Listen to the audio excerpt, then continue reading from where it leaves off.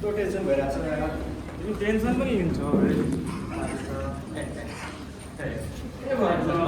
कामै भइरहेछ साथी कामको लागि टेन्सन लिनुपर्छ इन्द्रा लाग्दैन टेन्सन छ अशान्ति भइरहेछ के गर्नु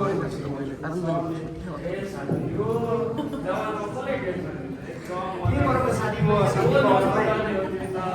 कसरी साथी भएछ तिमीलाई के थाहा छ मैले थाहा छ तिमीलाई अब तिमी जस्तो एउटा साथ पहिला तब म शान्ति थिएँ तर मैले चाहिँ एउटा ठाउँमा गएँ कि होइन त्यहाँनिर चाहिँ मैले कस्तो शान्ति पाएँ नि तिमीलाई के भन्नु हो र साँच्चै हिँड न म छु नि तिमीलाई साँच्चै हो त ओ हिँड न म हिँड त हिँड के हो यो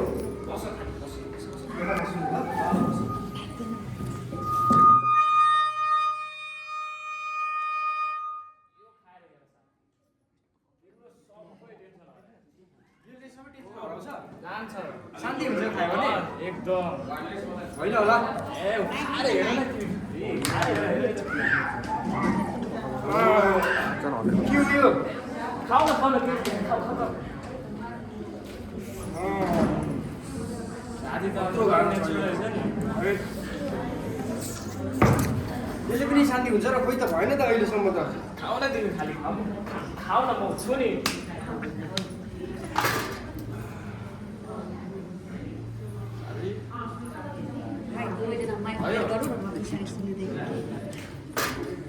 हुँदैछ नि साथी हुँदैछ तिमी नि खाऊ टेन्सन नलिनु म छु नि साथी छ यस मेरो साथी छ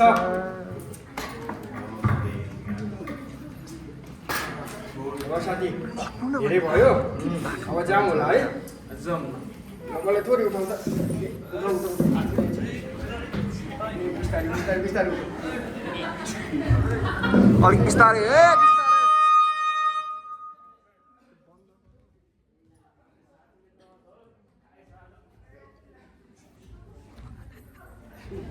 तिमी मेरो साथी हो तिमीले मलाई सधैँ यसो गर्यौ तिमीले मलाई शान्ति दियौ गुड गुड साथी मलाई आज चाहिँ घरसम्म लगेर छोड्नु ल मेरो छु नि म छु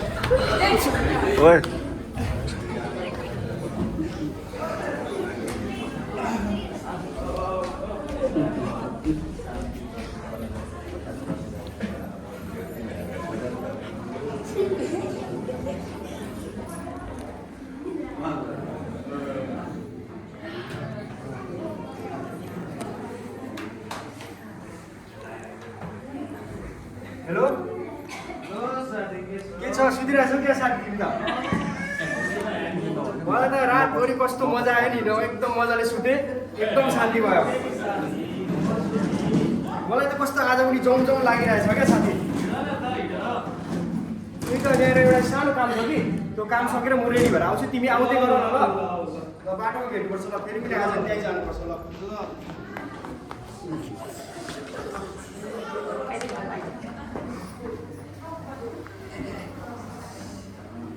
यस्तो लाग्दैन हो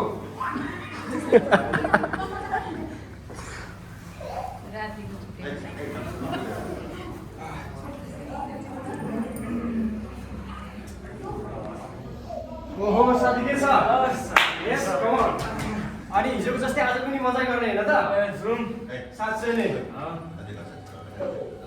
हिँड न त जाउँ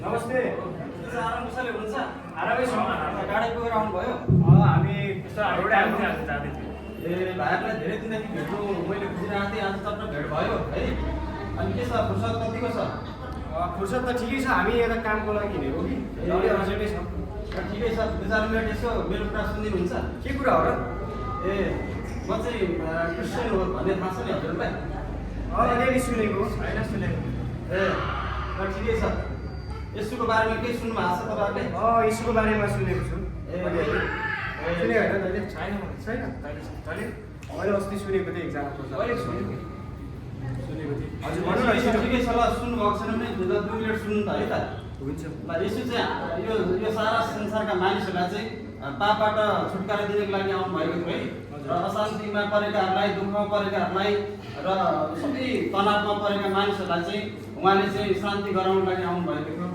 है। अनि तपाईँहरू के उहाँले विश्वास गर्न चाहनुहुन्छ? विश्वास त गर्ने तर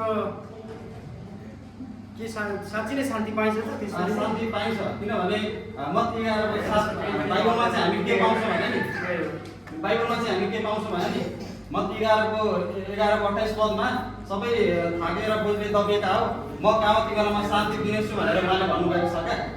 अनि उहाँमा चाहिँ सबै कुराको चाहिँ शान्ति आनन्द अनि हामीले चाहिँ छुटकाराहरू पाउँछौँ क्या। अनि के यो छेडिक हुन्छ कि अनन्तको हुन्छ? अनन्तकालसम्म रहिरहन्छ। अनि संसारको कुराहरूले चाहिँ हामीलाई छेडिक शान्ति दिन्छ भने उहाँको प्रेमको शान्तिले चाहिँ हामीलाई अनन्तकालसम्म चाहिँ हामी रहिरहन्छ क्या। त्यस्तो अनन्तको शान्ति हो त म साँच्चै नै विश्वास गर्न चाहन्छु। तपाईँ विश्वास गर्न चाहनुहुन्छ भने हामीसँग मसँग तपाईँ चर्च जानुपर्ने हुन्छ र तपाईँले ग्रहण गर्नुपर्ने हुन्छ। अनि आफ्नो पापलाई आफ्नो पापलाई चाहिँ तपाईँले स्वीकार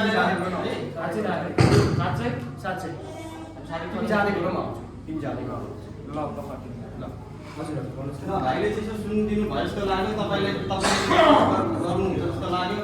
तपाईँ चाहिँ ठिकै छ चर्च गएर विश्वास गर्नुपर्छ है त। हुन्छ अनन्तको शान्ति पाइन्छ भनेदेखि शान्ति पाइन्छ र उमा चाहिँ नयाँ जीवन पाइन्छ।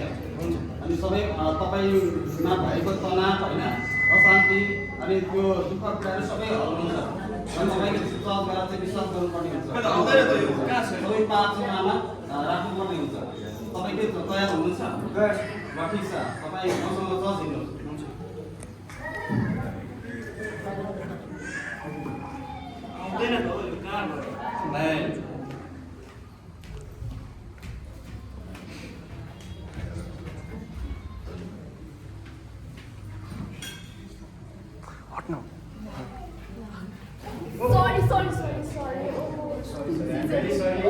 तपाईँलाई लागेन नि? मैले अस्तिदेखि नोटिस गरिरहेको छु। मेरो नाम चाहिँ समना हो। हजुरको चाहिँ नि? मेरो नाम विमल हो। Oh nice to meet you. Nice to meet you. Okay म त अस्ति भेट्न खोजिरहेको थिएँ है। हजुर। तर तपाईँसँग बोल्ने आँटै आइरहेको थिएन। तर आज चाहिँ कसरी तपाईँसँग भेट्न पाएको म त के भन्नु। अनि अन्त तपाईँ कहाँ हिँड्नुभएको यो लिएर यस्तो गरेर एकदम ह्यान्डसम बनेर हिँड्नुभएको छ। भर्खरै चर्चबाट आएको हो अनि फेरि पनि घरको समितिमा जानु पर्ने छ। अनि एउटा कुरा मान्नुहुन्छ मैले भनेको? के कुरा हो र? यसो क्याफेतिर जाउँ न कफी खान भन्नलाई नि। समिति जानुपर्ने अनि हिँड्नु न यति राम्रो केटीले भनेको तिमी समिति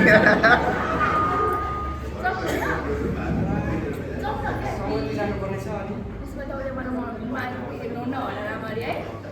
ठिक छ नि त म अरू बेला समिति जान्छु। मेरो हरियाणा चाहिँ के छ हजुर बिहा वेट गर्ने हो छिटो आउनु है। एकदम एकदम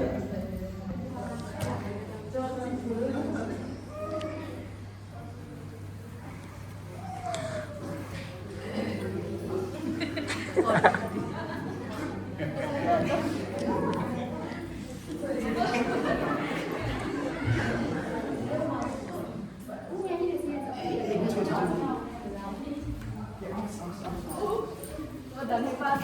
तपाईँ कस्तो जेन्टलम्यान रहेछ हौ।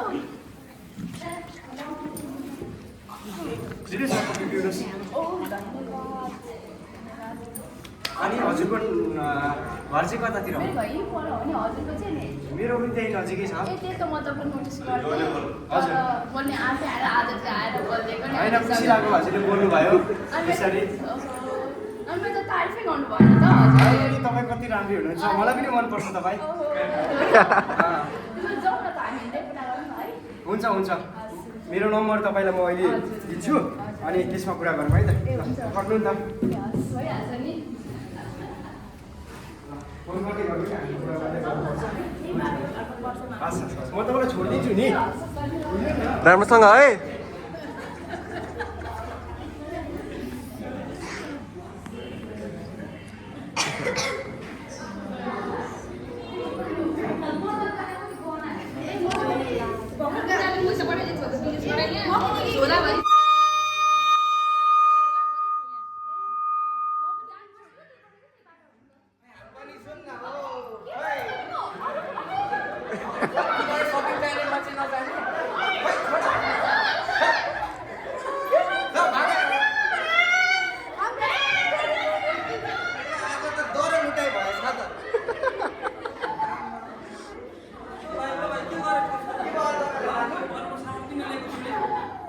सामान्यको हो र अरूको सामान त्यसरी लिनु हुँदैन नि, अरूलाई दुःख दिनु हुँदैन नि त्यसरी।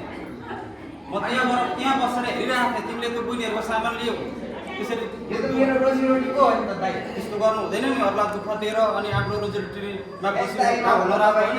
म यस्तोमा अब परिसकेँ, अब तपाईँले भनेर केही पनि हुनेवाला छैन। यस्तो काम गर्नु त एकदमै ठुलो पाप हो नि त। कस्तो पाप अनि यो बाइबलमा त एकदमै ठुलो पाप भन्छ। यो चोर्नु, ढाँट्नु, अरूलाई दुःख दिनु भनेको त एकदमै ठुलो पाप भन्छ। यसबाट तपाईँ निस्किनुपर्छ अब हेर्नु भाइ। ए कस्तो निस्किन सकिँदैन जस्तो छ मलाई लाग्छ। यो त एकदमै ठुलो तपाईँले गलत काम गर्नुभयो र यो गलत कामबाट तपाईँ चाहिँ निस्किनुपर्छ है त। यो निस्किनको लागि चाहिँ तपाईँले चाहिँ प्रभु येशूलाई विश्वास गर्नुपर्ने हुन्छ। मैले विश्वास गरेँ म निस्किन सक्छु। तपाईँ निस्किनुहुन्छ, यसबाट तपाईँ छुटकारा पाउनुहुन्छ है। अनि तपाईँ यी सबै कुराहरूबाट तपाईँ निस्केर चाहिँ तपाईँले उद्धार पाउनुहुन्छ। तपाईँ के येशूलाई विश्वास गर्न चाहनुहुन्छ? म चाहन्छु यसोलाई विश्वास। चाहनुहुन्छ भने यी सबै कुराहरू तपाईँले छोड्नुपर्ने हुन्छ। अनि येशू चाहिँ सारा जगतका मानिसहरूलाई चाहिँ है मानिसहरूको चाहिँ घर टुटाउन होइन, तर उहाँले चाहिँ जोड्नका लागि चाहिँ आउनुभएको हामी बाइबलमा पाउँछौँ है। त्यसले गर्दाखेरि चाहिँ तपाईँले चाहिँ सबै पुराना कुराहरू चाहिँ पुराना आदतहरू, पुराना स्वभावहरूलाई चाहिँ त्यागेर तपाईँ चाहिँ नयाँ हुनुपर्छ। तपाईँ के चाहनुहुन्छ? के मैले यो त्यागेँ भने म फेरि नयाँ हुन सक्छु? तपाईँ नयाँ बन्नुहुन्छ र तपाईँको सबै यी आदतहरू, यी बानीहरू चाहिँ तपाईँले चाहिँ त्यागेर चाहिँ तपाईँ चाहिँ नयाँ स्वभावमा चाहिँ लाग्नुपर्ने हुन्छ। तपाईँ के तयार हुनुहुन्छ? म तयार छु। तयार हुनुहुन्छ भने तपाईँले चाहिँ प्रभु येशूलाई विश्वास गर्नुपर्दछ है। विश्वास गर्नुपर्छ मेरो मुक्तिदाता, मेरो उद्धारकर्ता भनिकन तपाईँले चाहिँ आफ्नो पापलाई चाहिँ प्रायश्चित गर्नु पर्यो, प्रभुमा चाहिँ राख्नु पर्यो र तपाईँको पाप चाहिँ क्षमा हुन्छ प्रभुमा। तपाईँ तयार हुनुहुन्छ? तयार छु। यदि तयार हुनुहुन्छ भने चाहिँ हाम्रो चर्चमा आउनुपर्ने हुन्छ र तपाईँले चाहिँ ग्रहण गर्नुपर्ने हुन्छ। ल चर्च जाउँ है त।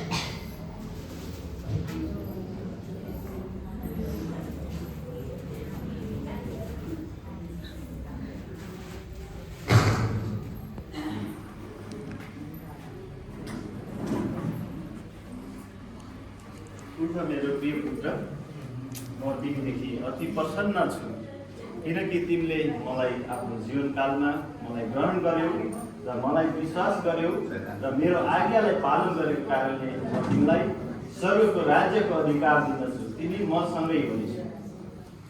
हालेलुया, हालेलुया।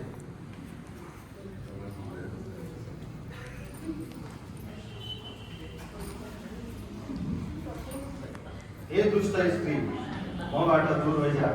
अहिले आफ्नो जीवनकालमा मलाई विश्वास गरेनस् र मलाई ग्रहण गरेनस्।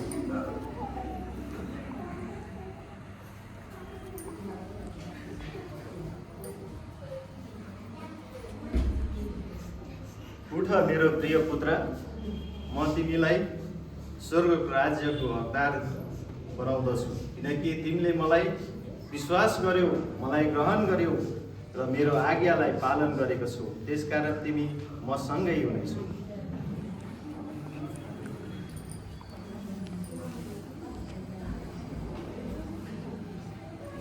हे दुष्ट मानिस, मबाट त दूर भइजा, किनकि तैँले मलाई चिन्ने पनि र ग्रहण गर्ने पनि इच्छा गरेनस्।